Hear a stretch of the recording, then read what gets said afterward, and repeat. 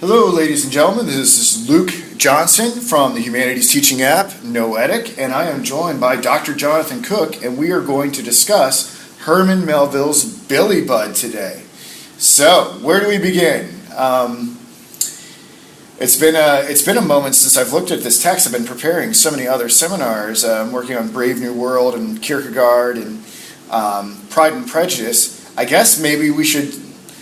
I want to say I had a chance to go through this book twice, and I loved it. This might, I would say this ranks up there with Moby Dick and Pierre, and in some ways maybe a little bit, I would rank it a little bit higher because it's so easy to digest. But what are your general thoughts on Billy Budd? Where do you view it within his authorship? Is this one of your favorites? How do you rank it personally? I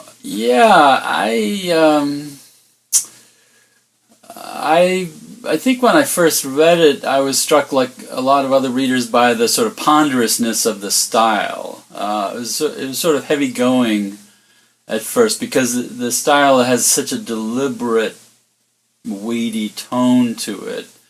But then the more I've read it, the more I've kind of gotten used to that and have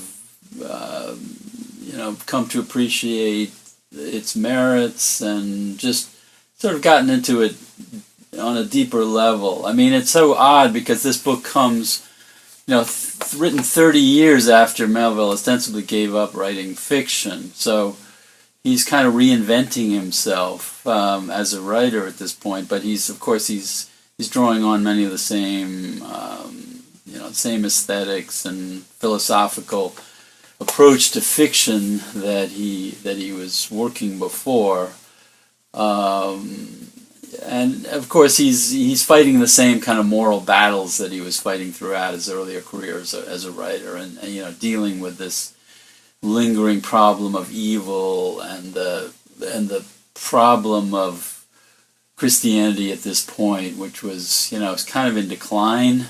In the 1880s when this was written. I mean, we're in a Darwinian world. So he's sort of rethinking the relevance of some of these Christian myths that he used throughout his earlier career as a novelist. I hope we get a chance to touch on some of those.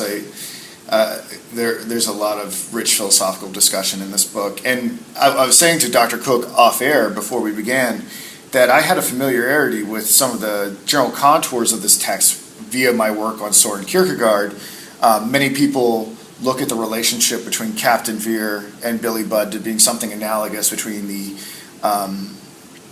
Abraham and Isaac story in the Bible, and which is the centerpiece of Soren Kierkegaard's Fear and Trembling.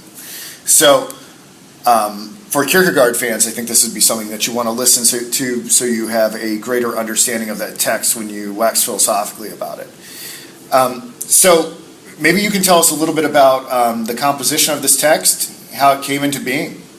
So Melville was retired from his job in the New York Custom House by this point, by 1886. He'd served 20 years as an inspector on both the Hudson River and the East River, but mainly the Hudson River. And he was living at home in his apartment house on East 29th Street in Manhattan. And so he had time on his hands, finally, and he hadn't published anything since Clairol in 1876, which is an enormous narrative poem about visiting the Holy Land. He had a number of years to just read and think, and presumably write some more poetry. He was at this point a professional poet who'd published 2 volumes by 1876. So by the late 1880s, he had another volume of poetry ready called John Marr and Other Sailors, which includes poems largely devoted to nautical topics, and it kind of went back to his days as a sailor when he was a young man. But I think it also grew out of his visits to this sailor snug harbor on Staten Island, where his brother Tom, his younger brother, was a captain on clipper ships for a while, and he was the director at the sailor snug harbor. So Melville would go over there to visit his brother, and he would hang out with these retired sailors who were, mostly poor and had nowhere else to go. And I think his conversations with them sort of inspired him to think about his early career as a sailor, which he hadn't written about for a while. So he published this volume, John Marr and Other Sailors, and Billy Budd actually began, we know this for sure, as a head note to a poem about a sailor who's going to be hung. But he's a grown man, and he's a very different kind of personality than Billy Budd. But what Melville started doing was kind of writing out a little biographical introduction to this character that he wrote about in this poem about a sailor facing imminent execution. And as he wrote this head note, it kind of miraculously expanded into a short novel. And so for about 2 years, starting in 1888, 2 or 3 years, he kept accumulating manuscript for this story, and so he ended up with a very sort of chaotic collection of manuscripts with lots of writing, overwriting, and then things pinned to other pieces of paper. The whole thing is sitting in Houghton Library in Harvard. And so he died in September 1891 without having published this work. What happened was it ended up in a bread box for the next, let's say, 30 years until his wife, or his widow rather, Elizabeth, gave it to Melville's first official biographer to publish, saying, "Hey, here's another manuscript of Herman Melville, and it's never been published. Why don't you do it?" Raymond Weaver, the first official biographer of Melville, who wrote the first biography in the 1920s, took it and brought it to publishers, and he tried to figure out the manuscript and published a version of it in the 1920s. Now, there's been an ongoing controversy about how to read the manuscript, and other scholars have tried to create what they think is the most likely version that Melville would have wanted, and the most reliable text we have now was published in 1962, I believe, by two scholars, Harrison Hayford and Merton Sealtz, who were well-known Melville scholars. So in fact, what we're dealing with here is what many people believe is a novel that is not quite finished, but is almost there, and just needed a little tweaking to get it to the publisher. That's so amazing. I had no idea this was a posthumous text. Yeah. You could do investigations on the nature of the reconstructing of this book alone. Oh yeah. There's been a lot of scholarly ink devoted to figuring out the best way to interpret some of these narrative sequences. Now, I personally have not examined the manuscript, although it is in the process of being put online by Hofstra University, which was originally the editorial home of the Melville Society journal called Leviathan. So very soon you should be able to leaf through the manuscript yourself and sort of do it yourself, Billy Budd. Why do you think he didn't formalize and finish it? Well, he was getting weaker as he was writing it. I mean, he ended up with hardening of the arteries, heart failure. So he just did not have a lot of energy, and I think there were so many hours in the day where he could spend reading and writing, and I think he just couldn't muster the energy to make the definitive version of it. I mean, what he needed was someone to go and just do a fair copy manuscript, because as it is now, it's a jumble of papers and in different color, pencil and ink, and So was he working on this when he died? He just ran out of gas? well, I think the last indication of his dating of the manuscript, I mean, it's kind of ambiguous because he sort of wrote, I think finished on one leaf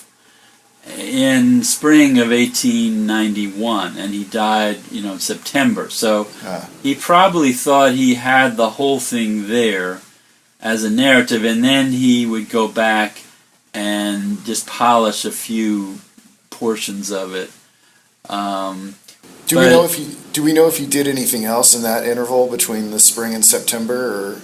Well, he had two other poetry manuscripts on his desk. I mean, he was quite busy at this point. He published a volume of poetry called Timoleon, which is a lot of poems about the Mediterranean world and travel, some of which probably dated from his trip to the Mediterranean world and Middle East in 1856-57. So he probably had a bunch of poems left over, but then he probably added to them, but he got them all together to publish in a 25 copy print run. Wow. Which was what he did for John Marr and other sailors. So these were tiny editions for his friends and family. Wow. And so when he died, though, he had two other volumes of poetry in manuscript, and they've since been published. It's all very beautiful poetry. One is called Weeds and Wildings. So he had a lot of stuff sitting on his desk, and some poetry, and then of course Billy Budd. And he also had some other narrative sequences he was involved in. And I think it's an interesting question why he decided to go back to prose fiction. I think one of the best answers is that he was reading a lot of Balzac in the 1880s. I think he read about maybe about 8 or 10 volumes of Balzac of stories and fiction. And I think he got so kind of carried away with admiration for this world of Balzac that he kind of remembered that he himself was a novelist at one point, and he wanted to sort of say, I could do something like that too, because some of Billy Budd actually had some interesting resemblances to a couple of his stories of young sort of androgynous men who die tragic deaths, and a couple of people have argued for that similarity. So I think that's probably the best theory about what made him go back. But of course there are other ideas as well. I mean, there was a lot of labor unrest in the 1880s, 1886. There was a famous Haymarket riot, and the hanging of these people that caused a lot of protest. So the idea of authority and oppression of workers that comes up in Billy Budd was directly relevant to the U.S. in the 1880s and all these strikes and efforts to improve the lot of immigrants and working people. Well,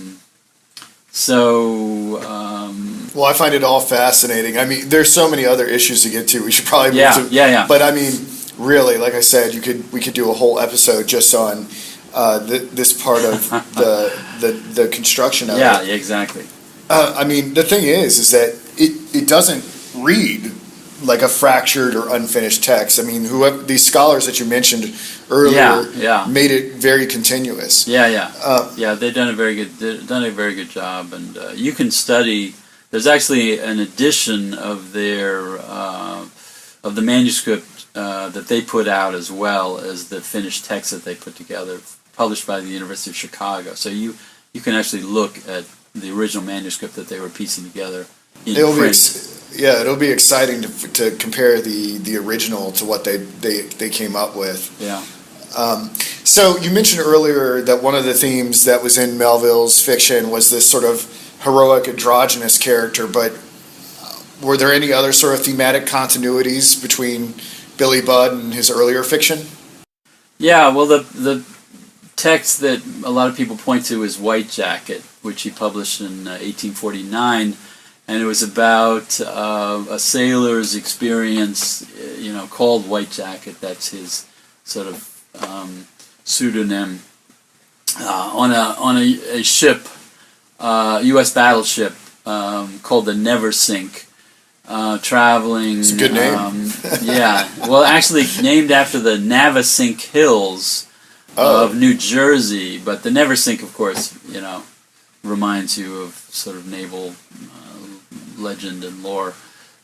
So it's about the experience of a common sailor in this big, huge battleship, and there's no actual warfare going on, but he's sailing from the Pacific around Cape Horn up through Brazil and then up to Boston, which is what Melville did when he joined the crew of the United States a battleship in 1843 in Hawaii, and then he disembarked in Boston in October 1844. So he based the book on that experience, and it's an interesting study of a sort of complex human society that's kind of isolated on its own, so it has a sort of allegorical feel to it, and it's all about the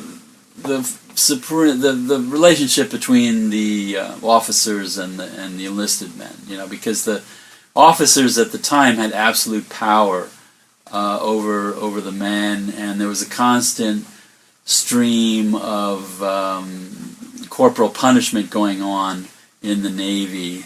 The cat o' nine tails, was the instrument of punishment, and so for so many infractions you would be brought up to the deck and tied, have all your wrists and legs tied, and you'd be lashed for any number of times and humiliated with the other sailors because they had to go there and watch this happening. So the question for a lot of White Jacket is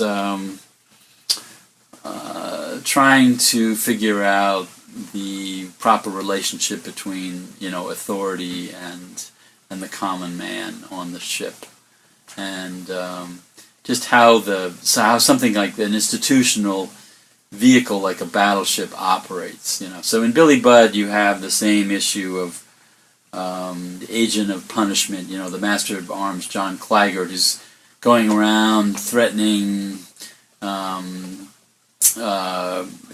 this terrible punishment to people for little infractions like having their locker look too messy or something like that. So that's why Billy Budd wants to be super obedient and not offend anyone when he's impressed onto this British warship.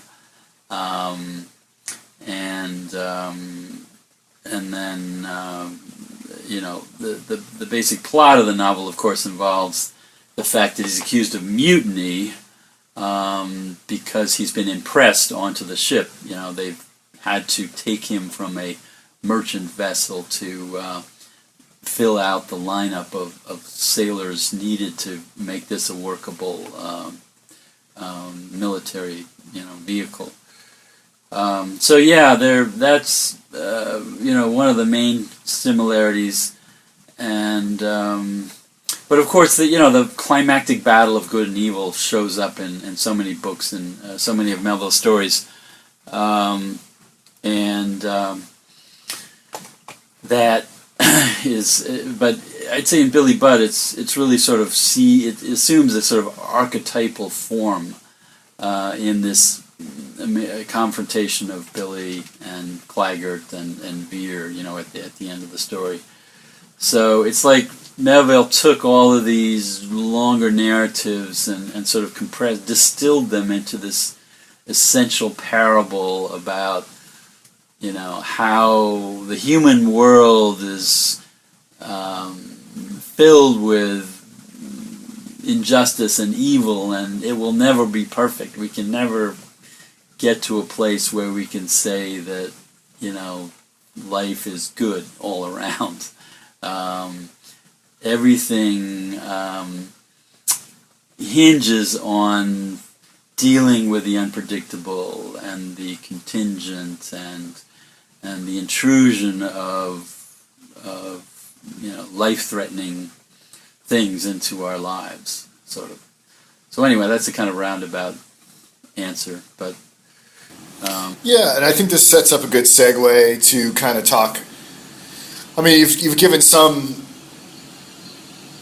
background already, but to talk maybe a little bit more about the historical setting of the novel and what role it plays, and and in what ways is the figure of Vere an embodiment of the ideas of Edmund Burke. So, I think you and I know who Edmund Burke is, but I mean, that's kind of a name lost on modern culture. So just go nuts. Just pontificate on that for a while. The book is set in 1797 during, England's war with France, the Napoleonic Wars, and the big issue at the time, of course, was the French Revolution, right? Which in the beginning seemed to be for a lot of liberals in England, it was an overturning of a rotten institution of monarchy, and and people like a lot of writers in the U.S. or in England, I'd say, and the U.S. I mean, Thomas Paine went over to France from America to be part of the French Revolution. And for Thomas Paine, of course, it was an assertion of the rights of man, giving French people finally the liberty they deserve and getting rid of these archaic laws and punishments and governments, tyrannies that were just outlandish at the time. I mean, when you know about them. But anyway, the revolution took a more radical turn, of course, when they killed Louis XVI in 1793, and then of course there's the Terror, 94, and France was then at war with England by the 1790s, and of course Edmund Burke was the main voice of a sort of thoughtful conservatism, saying that the things are going too far. I mean, he was writing in the early 1790s, so there had not been a lot of the terrible things that happened a few years afterwards. But Burke was pretty much saying that things are happening too fast. The traditions of French culture and governance were being overturned, and this was not going to end well, because they're just trying to do too many radical things too quickly, embodying this idea of reason, a philosophical notion imposed on what was sort of a long tradition of history. It's putting like a round peg in a square hole. So people make the analogy of Captain Vere being a Burkean character, because there are a couple of passages where he expresses the thought that the French Revolution is just not going to work because humanity likes these traditional forms that have grown up through an organic process of development, and you can't impose these sort of ideas that have been generated by philosophical speculation onto a long tradition of French monarchy and governance. So that's why he is, he's considered to be sort of an intellectual sea captain. He doesn't mingle that often with other people. He sits in his cabin and reads a lot. So he he's sort of a character who is opposed what's going on, because this novel, of course, is set in a condition of war, and the ship in the book, Bellipotent, is expected any minute to engage with a French warship, you know. So the other big issue, of course, is that there have been recent mutinies amongst British sailors against the conditions that they face, this terrible diet and these terrible conditions they had to work under. You know, this constant threat of abuse and corporal punishment and terrible food. So they actually mutinied at the Nore, which is you know, down the Thames, and so when Captain Vere is sailing his ship, there's a threat that you know, maybe the sailors will get this idea of mutiny again and rebel against their working conditions instead of fighting against the French. So there's this kind of double jeopardy going on, that the ship itself is possibly going to engage the French, and then on the other hand, these sailors are disgruntled because of recent dissatisfaction, and maybe they're going to rebel against the officers on the ship, you know. Historically, you know, Melville, I mean, this is the world that his grandparents knew, his grandfather, and you know, he'd only read about it, but I think he sort of related to it because of this big debate between, you know, this was sort of the birth of the modern era and the idea of, you know, liberal versus conservative. This was something that interested him philosophically, especially in the aftermath of the Civil War as well, because that had been a huge ordeal, of course, for the nation, with some parallels to what was going on in the 1790s. Anyway. I think that's a pretty successful summation of that. I mean, I like this next question a lot. I think it's very, very profound, but I want to talk about the three main characters of Billy Budd and John Claggart and Edward Fairfax Vere. What about them embodying an archetype trio of characters, specifically Adam, Christ, Satan, and God the Father? Did Melville intend that? What's your take on this? Well, yes, that's a huge question. Of course, right? He intends it. Yeah, yeah. I mean, this was the central drama of so much fiction in the 19th century. You know, the fall from innocence. You find it in Hawthorne over and over. You find it in Melville. You find it in all kinds of writers. I mean, it's part of the sort of coming of age narrative as well. But if you consider the fact that the United States in the early and mid-19th century was so invested in its Protestant belief system. I mean, if you study this era, you find that church attendance was the highest ever, or church membership rather, was the highest ever in American history. And you know, half of the things being published at the time were sermons and religious tracts. So people were really immersed in this sort of religious biblical world of mainly Protestant belief. So the story of the fall from Genesis, and as it was re-embodied by John Milton in Paradise Lost, you know, a literary classic that was very well known at the time. This was like a natural narrative template for any kind of story you wanted to put together. So Melville took that template to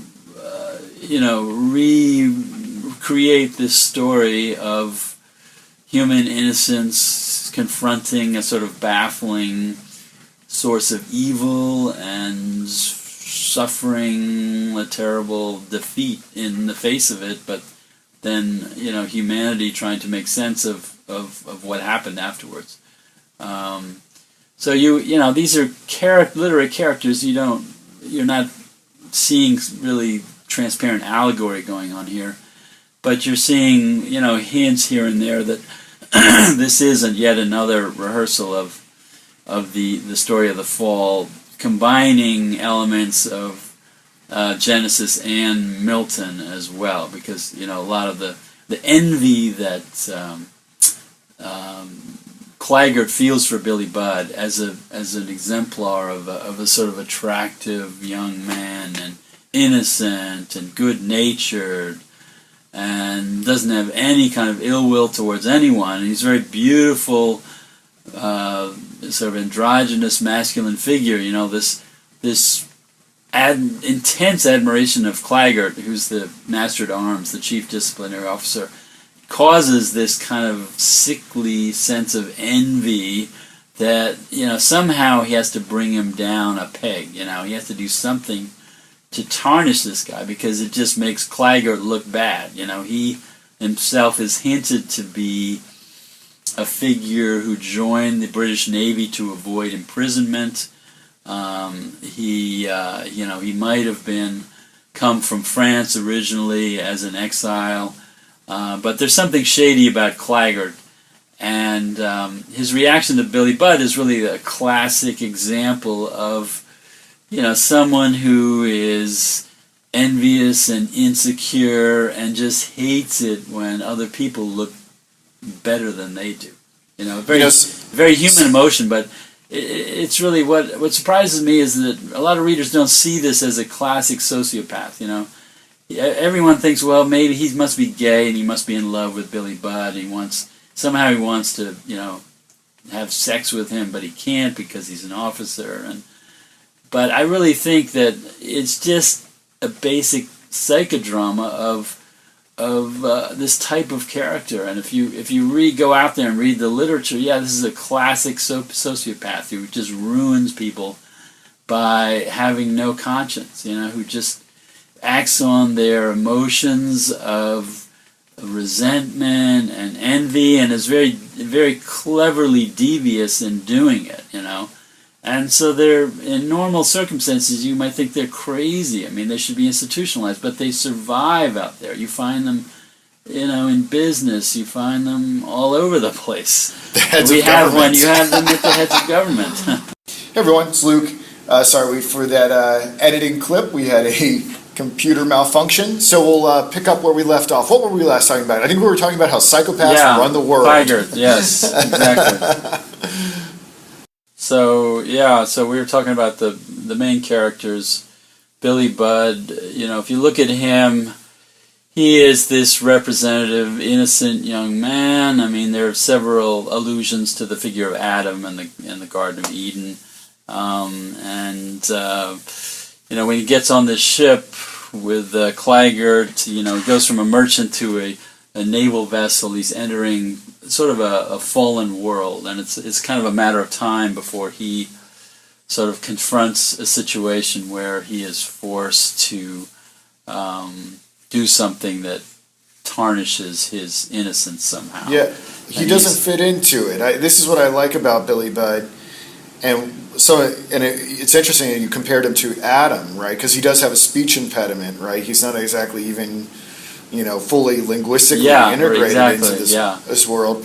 And the other thing that's very interesting about Billy is that one of the scenes that I think is one of the most poignant and profound in the whole book is the priest or the minister that tries to administer or tries to convince him that he can be saved through Jesus Christ, and the minister recognizes that this man-child is so innocent that it may not even be relevant. Important. Yeah, it might not even really be important, that he may be untarnished enough that it may be superfluous. I thought that was a very interesting conclusion or thought to put into the mind of a minister, someone who's supposed to be an advocate of the faith. Yeah. Well, the other thing is the minister is he's presiding over a congregation on a battleship. So it's almost like this is an image of the ridiculousness of Christianity serving the military. So right. he can't do his job just because it's theoretically absurd for him to be blessing anyone to go ahead and kill someone else, Blessed are the peacemakers, yeah, right? Yeah. So it's a sort of a covert criticism of institutional Christianity as being in bed with powerful state institutions. I think that is the point that Melville is making. But also there's the mythical example, as you say, that he sort of represents a phase of humanity that is irrelevant to Christianity because he has no original sin to bind him to the rest of the world in need of Jesus Christ's sacrifice. And he himself is a kind of Christ figure because he goes to his death, in a kind of mock crucifixion by hanging, and sort of redeems the sailors from their the potential threat of mutiny, which they might have gotten involved in if he was locked up and taken back to be tried on land. The sailors might think that if he can get away with killing an officer, the master of arms, then we shouldn't be afraid of these officers. And Billy, by agreeing to be, by facing execution, he absolves his fellow crew members of any need to rebel against authority. Yeah, he's a sacrificial lamb. Yeah. And like you were saying, I want to make sure that I have this right. You say he kills the master of arms, is that right? Yeah, I mean, his crime is, when Vere has them in the cabin, right? Vere, the Claggart goes to Vere because, he wants to destroy Billy Budd because his little attempts to tempt him into accepting conspiracy, attempting to talk to other people about mutiny doesn't work. He's faithful to his job, and so Claggart gets frustrated and goes to Vere directly and says, I suspect this guy of mutiny. He was impressed from a merchant vessel, and he's suspicious to begin with, and Captain Vere wants to investigate while the two are in the same room because he thinks if Claggart accuses Budd of this, from Billy's expression, he'll be able to tell whether he's innocent or not, because he's noticed Billy Budd before. He thinks he admires him as a sailor, and he's pretty sure that whatever his reaction will be is going to tell him the truth of the matter. So right, and this is kind of what the Luciferian Satan figure does, right? Is that he puts a person on trial like this, right? Yeah, right. And then I was going to ask you, because I'm not really sure the naval chain of command, is the Master of Arms second in command? No, he's pretty low down there, but he's still an officer. Well, the only thing, we were talking about these archetypes. I was just wondering, because Lucifer, from my understanding of it, was the anointed cherubim, so he was, the second in heaven. So I didn't know if there was some sort of correlation between Lucifer and Claggart in terms of ranking on this ship. Well, the connection is that Claggart clearly has a sort of upper class demeanor, and he's somehow fallen socially from his original world. So he's a sort of thoughtful, intellectual man who's also totally corrupt in his emotional life, and is an efficient figure because because of his very sort of criminal nature, allows him to identify criminal acts. Except in this case, he's making it up because of his jealousy of Billy Budd's inherent innocent nature. There's another great analogy with Budd and being a Christ figure. Right before he dies, there's this really beautiful moment where he says, God bless Captain Vere, right? Yeah. And now that you mention it, it does sound something, along the lines of, what Christ said right before he expired, right? Like, something to the effect of, I commend my spirit into your hands. Exactly. Except in one, in one gospel he says, why have you forsaken me, right? Right. But that, of course, is the expression of despair that is not the final emotion in the crucifixion. And Christ had to endure that to understand the scope of the full range of human suffering.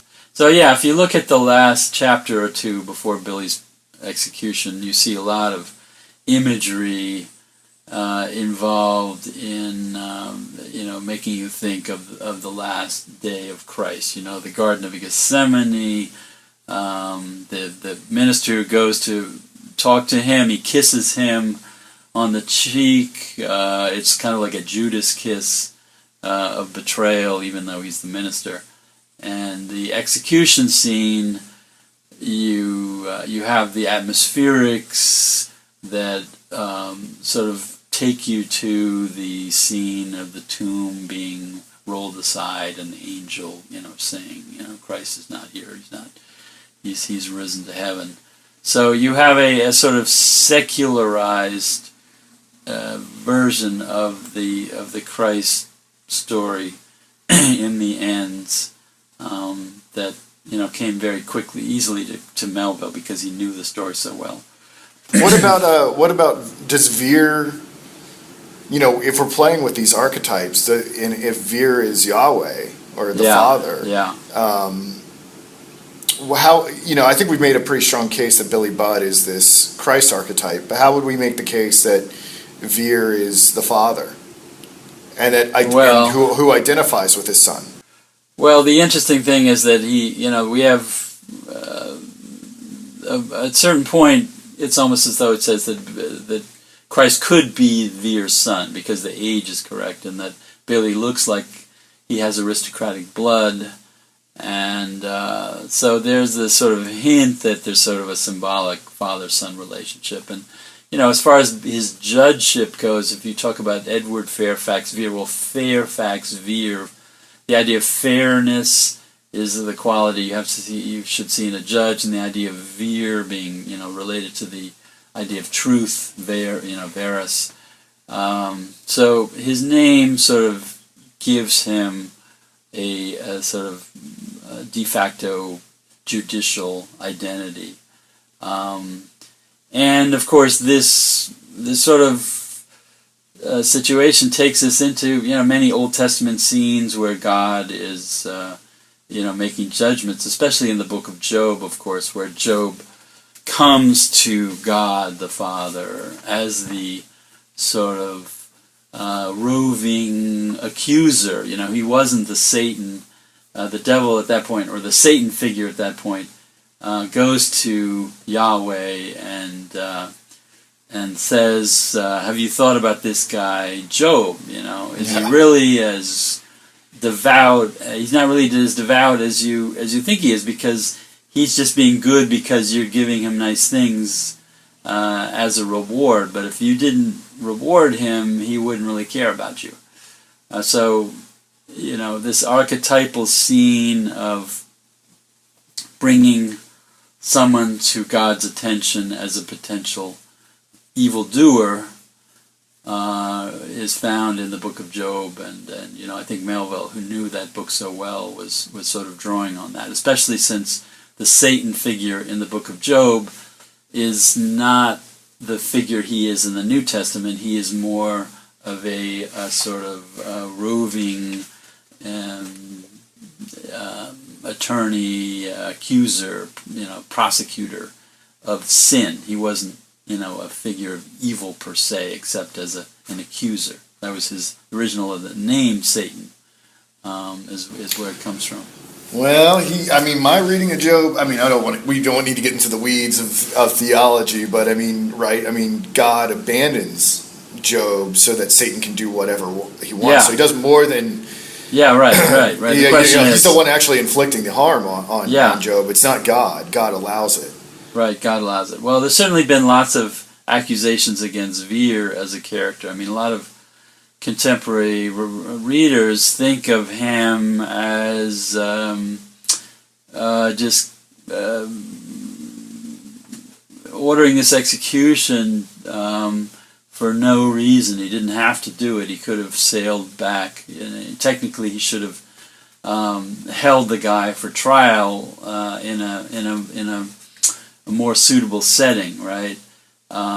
So that a lot of people think that there's a sort of maliciousness in Vere, in his exercise of authority against Budd, which I don't buy into at all. I think it's clear that Captain Vere is a sympathetic man who's faced with a impossible situation, and he acts in a way that he thinks is good for the majority of his crew. In other words, he's extrapolating the greater good for the institution of the Navy and for the men on his ship, rather than the single case of possible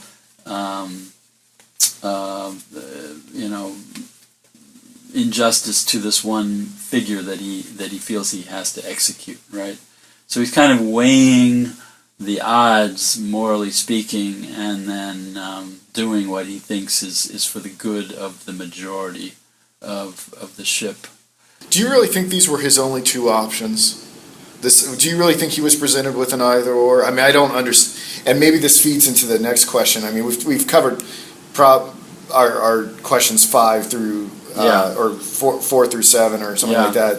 And I think, I don't know if you want to elaborate more on this thesis that Claggart may have been a homosexual, but the real possibility of mutiny had he been kinder to Billy. Yeah, I think that's what a lot of readers don't understand, is that how perilous the situation was at the time.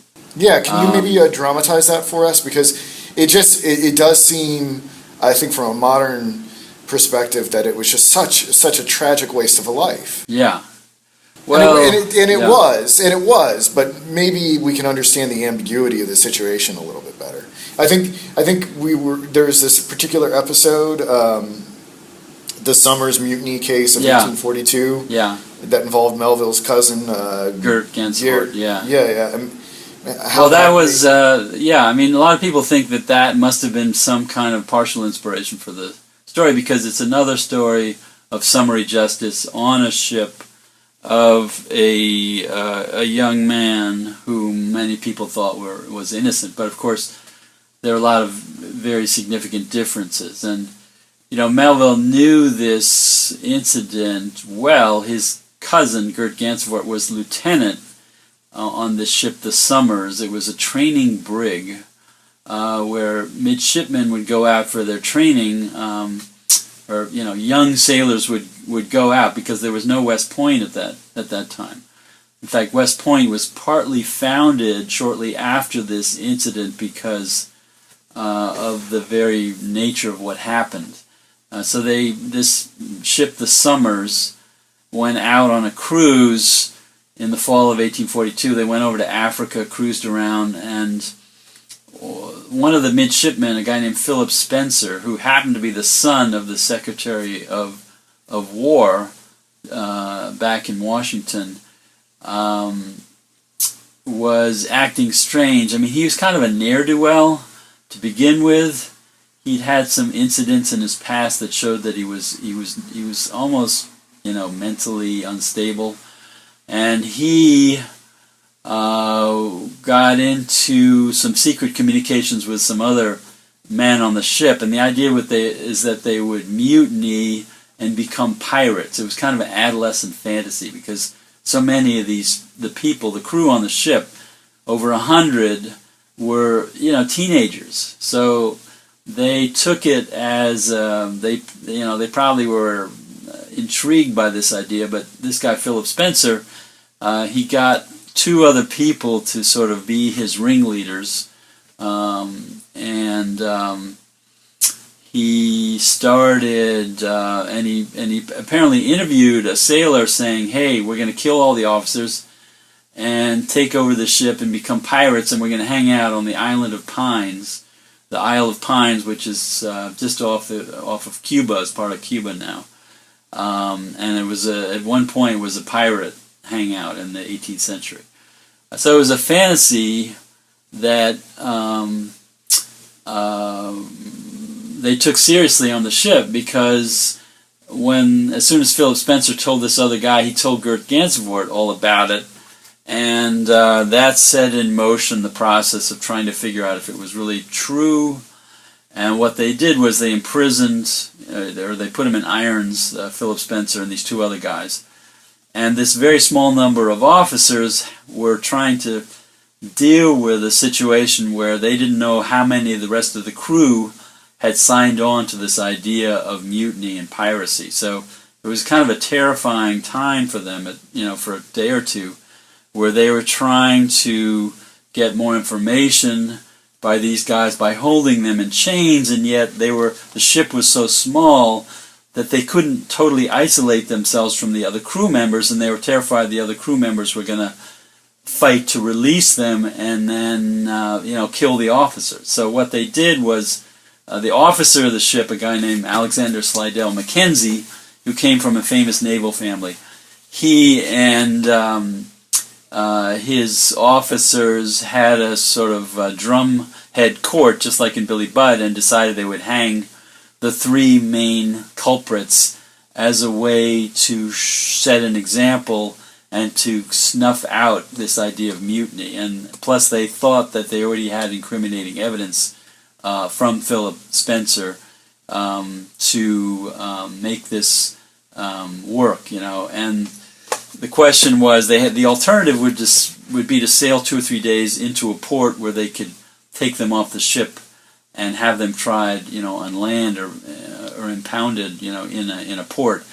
But the thought was that they couldn't wait that long. They might be attacked overnight. These officers were totally sleep deprived and terrified of what would happen. So the analogy here to Billy Budd is a kind of a naval emergency where some kind of possible crime is taking place. Of course, in Billy Budd, he's totally innocent of any kind of crime of mutiny.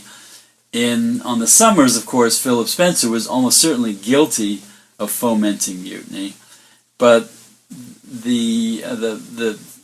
when the ship got back to port in New York, there was a huge controversy because this was the son of the Secretary of Navy, and Mackenzie was accused of judicial murder, right?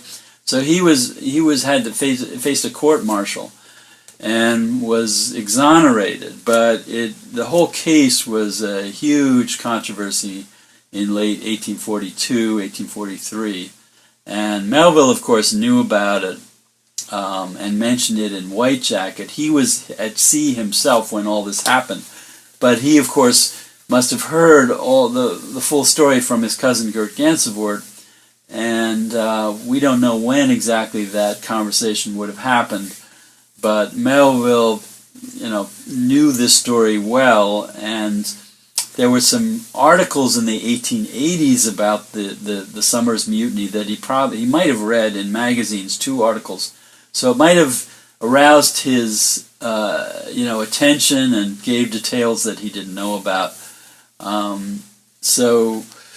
And he alludes to the Summers Mutiny in Billy Budd in a way that makes it seem like the need for execution was thought to be real because of the perilousness of the situation, the emergency conditions. The usual legal procedures have to be superseded because we're in a condition of emergency. The lives of the officers are threatened, right? That's true for the Summers.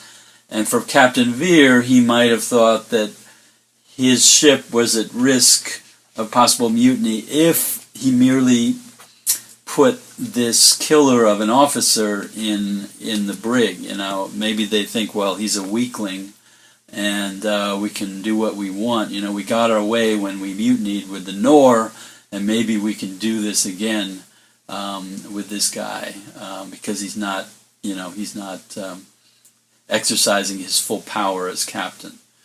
So, yeah, I think maybe if someone's listening to this for the first time, and to be honest, I need a little bit of a clarification on it, but why this is not a clear-cut case of mutiny, right? Like Billy Budd kills this man, but it's by accident, right? Yeah, exactly. His intention is not to kill him. Can you maybe describe that, why this is accidental and not intentional? So Billy Budd kills Claggart with a blow to the forehead, right? Right. And we already know that Billy Budd is a peacemaker, but he has a bad temper. So when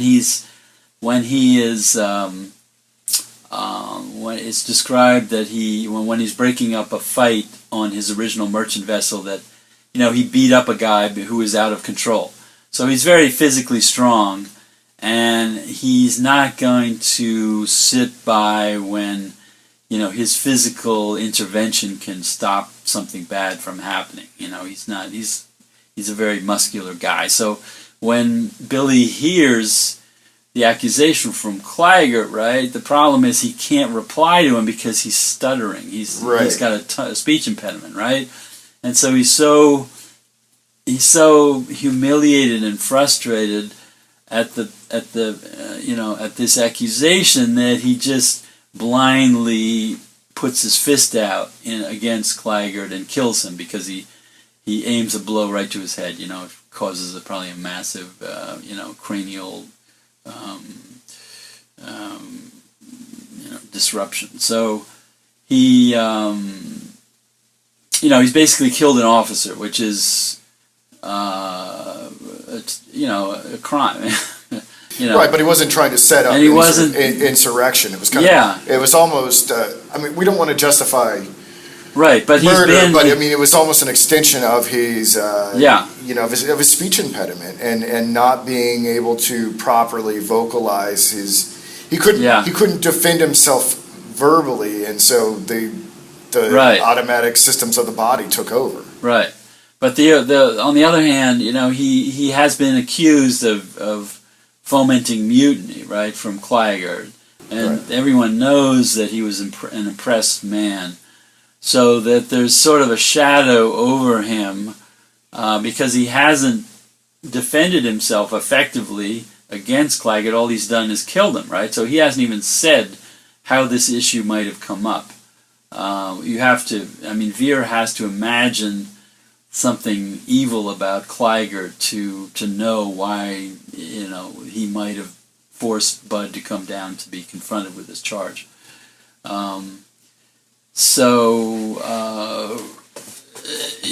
It's preposterous, obviously, that Billy Budd is a bad seed on the ship, but appearances are against him. Naval tradition is against him. His personal history of impressment is against him, and Vere doesn't have the time to turn around and sail back to port and take him and give him the full benefit of the British legal system, right? He's about to engage the French warship, right? So he thinks the only thing he can do is just make this a very quick, condign punishment when he knows the guy is essentially innocent of intent to kill, right? It's a question of manslaughter, not murder, Right. Well, so maybe we should just bring this session to a close. Maybe talking a little bit, if you want to, a little bit about the critical reception of this text and whatnot. Yeah. Well, a lot of the criticism has involved reaction to different editions of the novel, right? Because obviously, different interpretations have emerged out of a couple of significant different textual variations. But the main argument, starting in the 1940s and 50s, there's a famous controversy about whether the novel represented what was called a testament of acceptance, in which case Vere did the right thing, and Melville thought that this had to happen because evil usually wins, but we can accept that fact that what Vere did was necessary under the conditions he faced. The other argument is that this was a hideous miscarriage of justice. This argument is called the testament of irony, that Melville is being ironic when there's any positive descriptions of Vere. The blessing that Billy gives to Vere is intended to be ironic. So this was the big argument in the 1950s and 60s. We're kind of way beyond that now, but a lot of the argument today is the fact that people think, well, this is a text that can never be definitively interpreted because of the inherent unfinished nature, that Melville did not create a final message for his readers, positive or negative about Vere, that it's a radically ambiguous text. I find this kind of humorous. Do people actually believe that any of Melville's texts can be definitively interpreted? I mean, well, I'm kind of under the impression that the beautiful thing about literature is the variety of interpretations. Yeah, exactly. No, I agree. The question is, in that case, it was a deliberate ambiguity. In this case, it's a sort of, textual ambiguity, which will never allow you an opportunity to, it's more radically disengaged from any sort of positive critical statement about the book. I mean, it's one school of criticism. But of course, we've talked all about the archetypal associations of these characters, the historical associations, the biographical associations. There's a ton of, traditional connections you can make with Melville's work and his life and whatnot.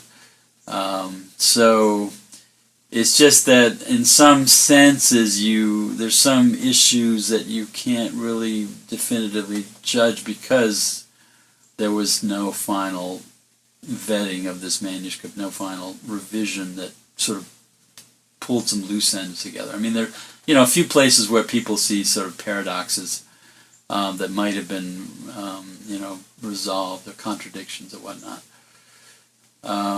Well, I'll say this. You brought together a lot of the puzzle pieces for me and a lot of the loose ends. I think I have even a greater appreciation of the text after our conversation today. Yeah, good. Yeah. I hope did we cover everything that you wanted to cover? Yeah, pretty much.